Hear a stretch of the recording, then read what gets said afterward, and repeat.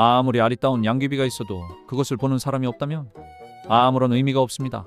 또한 보는 자는 있는데 주변에 볼 것이 아무것도 없다면 이 또한 허무할 뿐입니다. 일반적으로 관찰 없는 대상은 무의미하고 대상 없는 관찰 또한 허무할 뿐입니다. 따라서 정신계가 활성화되려면 반드시 물질계와 상호작용을 이루어야 합니다. 결국 물질계란 정신계를 활성화시키는 스위치와 같은 것입니다.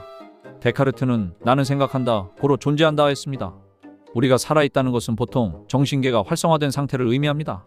그러나 우리가 수면이나 마취 상태에서 생각이 멈춰있는 경우 그것을 사라졌다거나 죽은 것이라 생각지 않습니다. 그런데 정신계가 비활성화된 상태에서 육신이 사라진들 무슨 차이가 있을까요?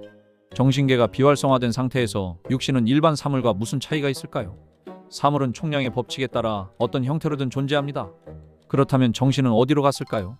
정신계가 비활성화된 암흑 상태, 이것은 완전한 소멸을 의미하는 것일까요? 모든 것이 끊임없이 변하는 세상에서 우리는 왜 어제의 나와 오늘의 나를 동일시하는 것일까요?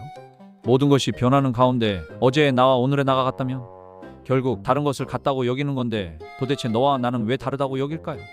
관찰인 정신과 대상인 육신이 합의를 이룬 상태에서는 변화와 무관하게 관찰과 대상이 한순간도 떨어지지 않고 지속적인 상호작용을 이루는데 이것이 모든 아하상의 근원인 것입니다.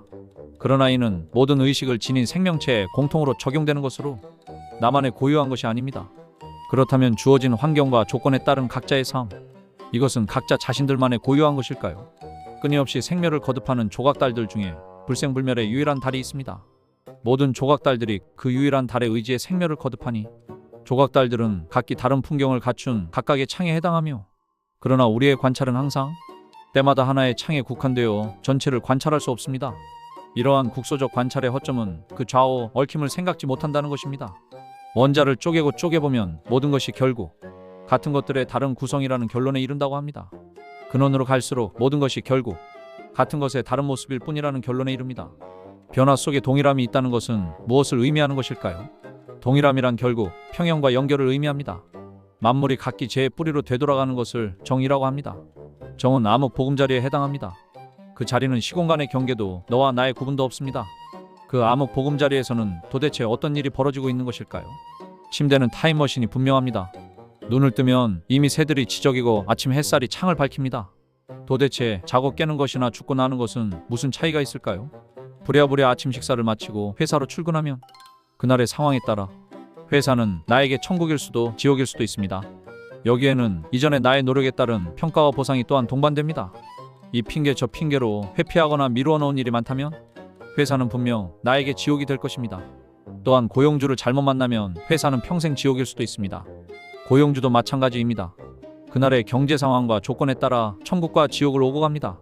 과연 이승과 저승이 따로 존재하고 천국과 지옥이 따로 존재할까요? 총량의 법칙을 벗어난 마법과 같은 일들이 과연 우주에 존재할까요?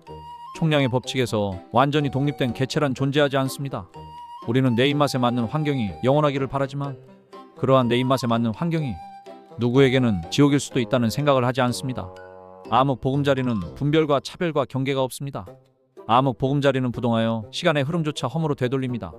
그 부동함을 바탕으로 형성된 인드라망은 너와 나를 하나로 연결합니다. 따라서 시소 위에 마주한 두 사람은 실은 한 사람인 것입니다.